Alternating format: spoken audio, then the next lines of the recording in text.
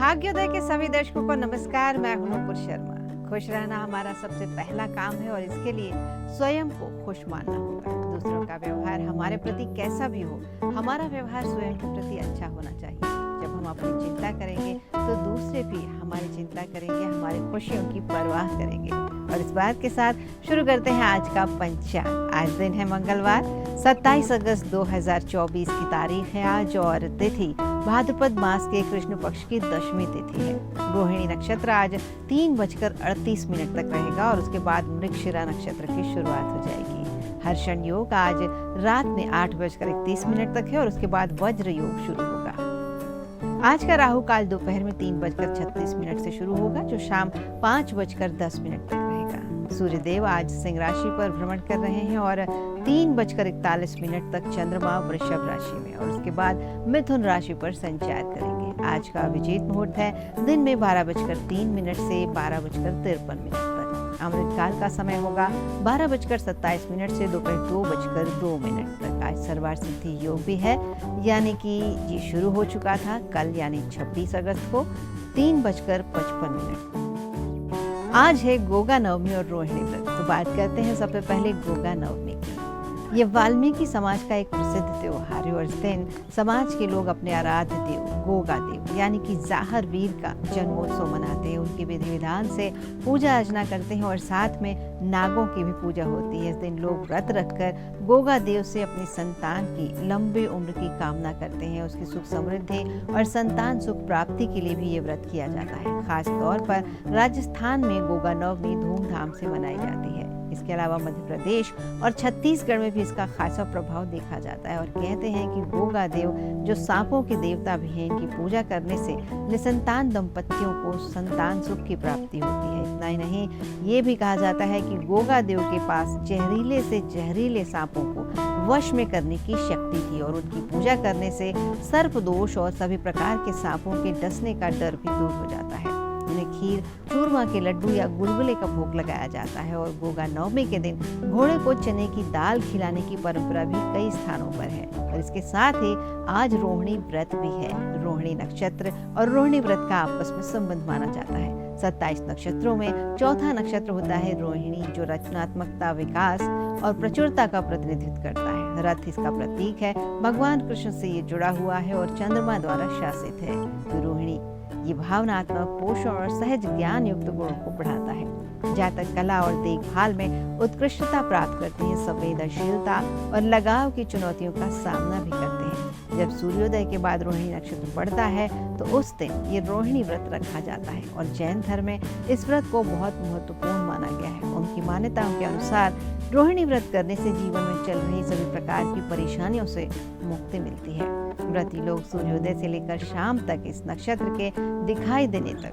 भोजन और पानी से दूर रहते हैं। भगवान विष्णु और देवी लक्ष्मी का आशीर्वाद पाने के लिए विशेष प्रार्थना और अनुष्ठान किए जाते हैं और नक्षत्र के दिखने के बाद व्रत को खत्म किया जाता है।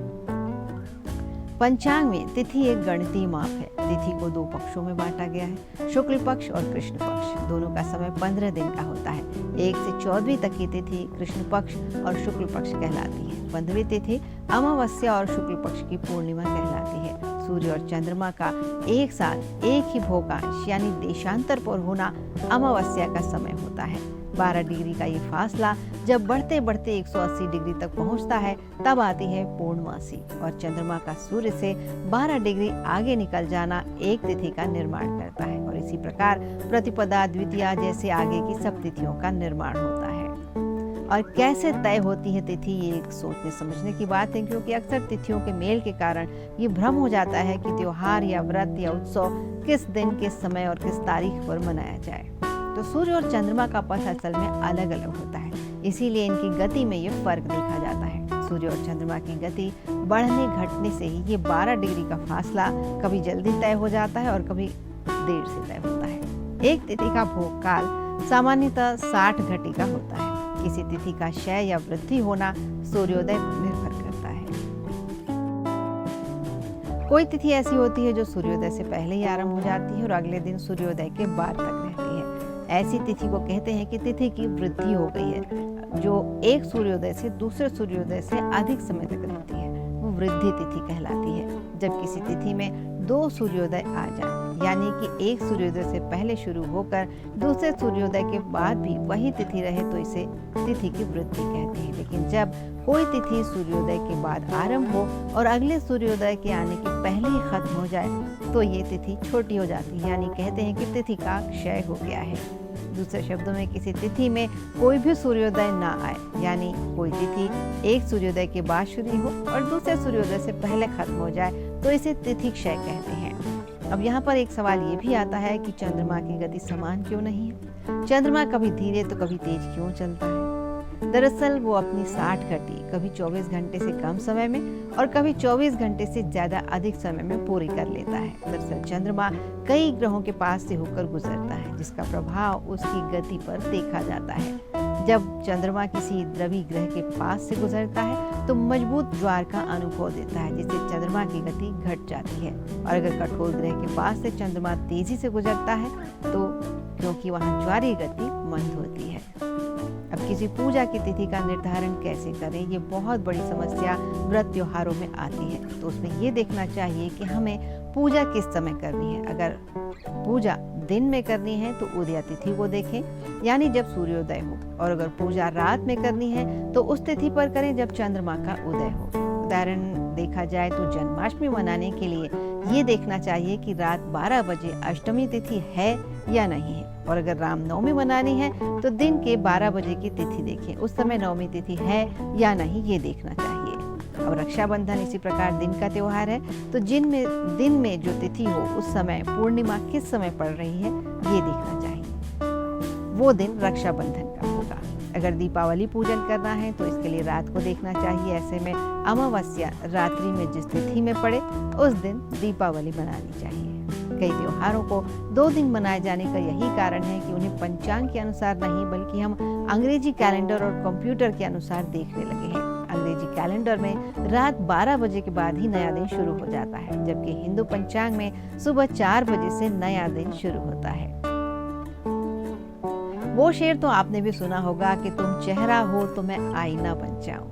हर व्यक्ति अपने घर में कांच से बनी चीजों का इस्तेमाल करता है। घर में हम सभी दर्पण का उपयोग भी करते हैं, और कहा जाता है कि हम जैसे होते हैं उसका आईना होता है दर्पण। कई बार किन्हीं वजहों के कारण ये कांच की चीजें टूट जाती हैं। बहुत से लोग इसे अनदेखा कर देते हैं। लोग घर में लगे दर्पण का टूटना अशुभ भी मानते हैं। हमारे धर्म ग्रंथों में प्राचीन काल से ही दर्पण के टूटने को लेकर बहुत सी मान्यताएं प्रचलित हैं। कुछ लोग इन मान्यताओं को सिर्फ अंधविश्वास मानकर अनदेखा कर देते हैं, तो वहीं कुछ लोग इससे जुड़े शुभ अशुभ संकेतों के विषय में विचार करते हैं।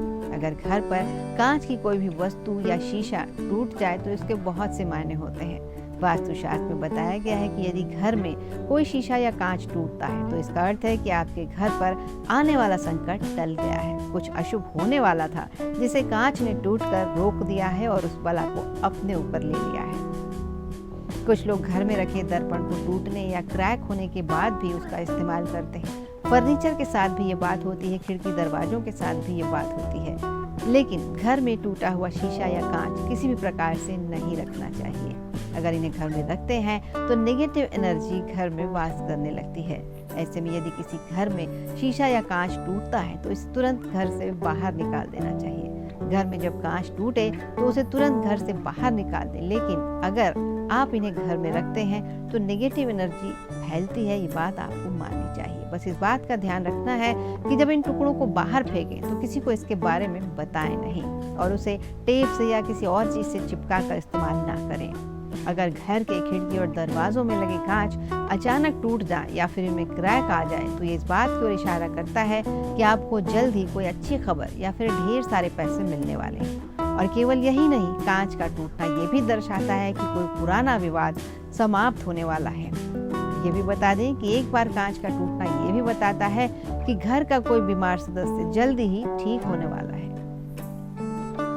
अगर बाजार से शीशा खरीदने जा रहे हैं तो इस बात का ध्यान रखें कि शीशा गोल या अंडाकार ना हो। इस प्रकार का दर्पण घर में सकारात्मक ऊर्जा को नकारात्मक ऊर्जा में बदल सकता है। घर में दर्पण लगाने से पहले इस बात का ध्यान रखें कि दर्पण का फ्रेम ज्यादा भलकीरा या चटक रंग का ना हो। घर में लगाए जाने वाले दर्पण के फ्रेम का रंग हमेशा ही हल्का होना चाहिए, जो अधिक अच्छा लगता है। अगर घर में कांच का सामान एक बार नहीं बार बार टूट रहा है तो ये इस बात की ओर इशारा करता है कि जल्द ही आपके ऊपर कोई बड़ी मुसीबत आने वाली है। ये आपको और आपके परिवार को तबाह भी कर सकती है। इसलिए सावधान हो जाएं और ध्यान से चीज़ों को समझें कि वो कौन सी बात है जिससे आगे चलकर आपको जीवन में किसी प्रकार की समस्या आ सकती है। सही तरह से की गई चीज़ें हमेशा ही सकारात्मक नतीजे दे सकती हैं, जबकि गलत ढंग से की गई चीज़ों के नतीजे गलत ही होते हैं। अगर घर नया है या फिर पुराना है तो भी शॉपिंग करते समय ये पता होना चाहिए कि क्या लेना है, उसे कैसा होना चाहिए और उसे कहाँ इस्तेमाल करना है। और आईने की बात चली है तो बताते हैं कि घर में किस जगह आईना रखना चाहिए और किस प्रकार रखना चाहिए। और आईना हमेशा चौकोर लें या आयताकार लें। और बेडरूम में आईना लगाना सही है कि नहीं ये भी जान लें। वास्तुशास्त्र की बात माने तो आपको अपने बेडरूम में आईना नहीं लगाना चाहिए। अगर आप कमरे के दक्षिण पश्चिम दिशा में आईना रखते हैं तो आपसी मतभेद और झगड़े बढ़ सकते हैं। ऐसा करने से घर में रहने वाले लोगों के बीच आपसी व्यवहार सही नहीं रहता है। ध्यान में ये रखें कि अगर आप कमरे में आईना रखते हैं तो उसे हमेशा ढक कर रखें। जब चेहरा देखना हो तभी उसे खोलें। और अगर सो रहे हैं तो आपके शरीर का कोई भी हिस्सा आईने में दिखाई नहीं देना चाहिए। सोकर उठने के समय भी आपको सामने दर्पण दिखाई नहीं देना चाहिए। अगर आपके घर में एक्स्ट्रा जगह है तो आप ड्रेसिंग एरिया बनवाएं और वहां पर ये शीशा लगाएं। वास्तु के अनुसार मुख्य बेडरूम के साथ एक अटैच ड्रेसिंग रूम बनवाना सही होता है। इस कमरे में आईने को उत्तर या पूर्व दिशा की ओर स्थापित करें। ध्यान रखें कि आईना 4 से 5 फीट अधिकतम लंबा हो। आपको अपने ड्रेसिंग रूम में सामान भी कम से कम रखना चाहिए जिससे आप उन्हें सही तरीके से मैनेज कर सकें और वो भरा हुआ या उलझा ना लगे। अगर बच्चे आपस में अलग अलग कमरे में रहते हैं तो उनके कमरे में भी आईना लगाने से पहले वास्तु का खास ध्यान रखें। अगर आईना सही दिशा में नहीं रखते हैं तो ऐसे में सीधा असर बच्चों की पढ़ाई पर पड़ता है और केवल यही नहीं उनके व्यवहार पर भी इसका नकारात्मक असर पड़ता है। गलत दिशा में आईना रखने से उन्हें पढ़ाई पर चीज़ों पर फोकस करने में परेशानी होती है। और अगर डाइनिंग टेबल के आसपास आप शीशा लगाती हैं तो एक बहुत अच्छी बात है क्योंकि इससे चीज़ें बढ़ी हुई और डबल दिखाई देती हैं। अगर कमरे में आईना लगाने की सोच रहे हैं तो उत्तर दिशा को चुनें और अगर चाहें तो उत्तर पूर्व दिशा की दीवार पर भी इसको लगा सकते हैं। बस ध्यान रखें कि आईने की जो छाया है वो उस कमरे के एंट्रेंस पर, एंट्री गेट पर, दरवाजे पर ना पड़े। ऐसा होना शुभ नहीं माना जाता है। और शयन कक्ष के अलावा रसोई घर वो जगह है जहां हमारा बहुत सारा समय बीतता है। अगर किचन में हम माँ अन्नपूर्णा की तस्वीर लगाते हैं तो ये बहुत ही शुभ होता है। वास्तुशास्त्र के अनुसार अगर अपने किचन में ये तस्वीर लगाई जाए, कहीं से भी आप इसे खरीद कर लाएं, एक अच्छी सी तस्वीर जो सुंदर से फ्रेम में हो, तो ये ध्यान रखें कि तस्वीर को किचन में दक्षिण पूर्व कोने में लगाएं। इस दिशा को काफी पवित्र माना जाता है जिसे आग्नेय कोण कहा जाता है। अग्नि का यह स्थान होता है, भगवान गणेश का स्थान होता है। किचन में मां अन्नपूर्णा की तस्वीर लगाने से घर में सौभाग्य आता है। ऐसे घर में कभी भी अन्न की कमी नहीं होती है। अगर आप चाहते हैं कि घर धन और अन्न से भरा हुआ रहे तो ऐसे में मां अन्नपूर्णा को सात्विक भोजन का हर दिन भोग लगाना चाहिए और भोग लगाने के बाद ही घर में सभी को भोजन करना चाहिए। अगर मां अन्नपूर्णा को प्रतिदिन भोग लगाते हैं तो ऐसा करने से घर में खुशहाली बनी रहती है और अन्न का दोष दूर हो जाता है। मां अन्नपूर्णा को मूंग की दाल यानी हरे मूंग की दाल भी अर्पित करनी चाहिए। इसके बाद इस दाल को किसी गाय को खिला देना चाहिए। अगर ऐसा करते हैं तो मान सम्मान और यश की प्राप्ति होती है, बुध ग्रह अच्छे होते हैं, भगवान गणेश प्रसन्न होते हैं। अगर चाहते हैं कि घर पर कभी भी किसी प्रकार के अन्न की कमी ना हो तो हर दिन पहली रोटी गाय को खिलानी चाहिए, वहीं दूसरी रोटी कुत्ते के लिए होनी चाहिए और तीसरी रोटी कौवे को खिलानी चाहिए। ऐसा करने से मां अन्नपूर्णा का भरपूर आशीर्वाद मिलता है। अगर मां अन्नपूर्णा प्रसन्न है तो आपका भोजन सही रहेगा, आप भी प्रसन्न और स्वस्थ रहेंगे। और मां अन्नपूर्णा की इस बात के साथ ही आज के भाग्योदय से यही अनुमति दीजिए। स्वस्थ रहिए, प्रसन्न रहिए, मस्त रहिए और व्यस्त रहिए। आप सभी को नमस्कार।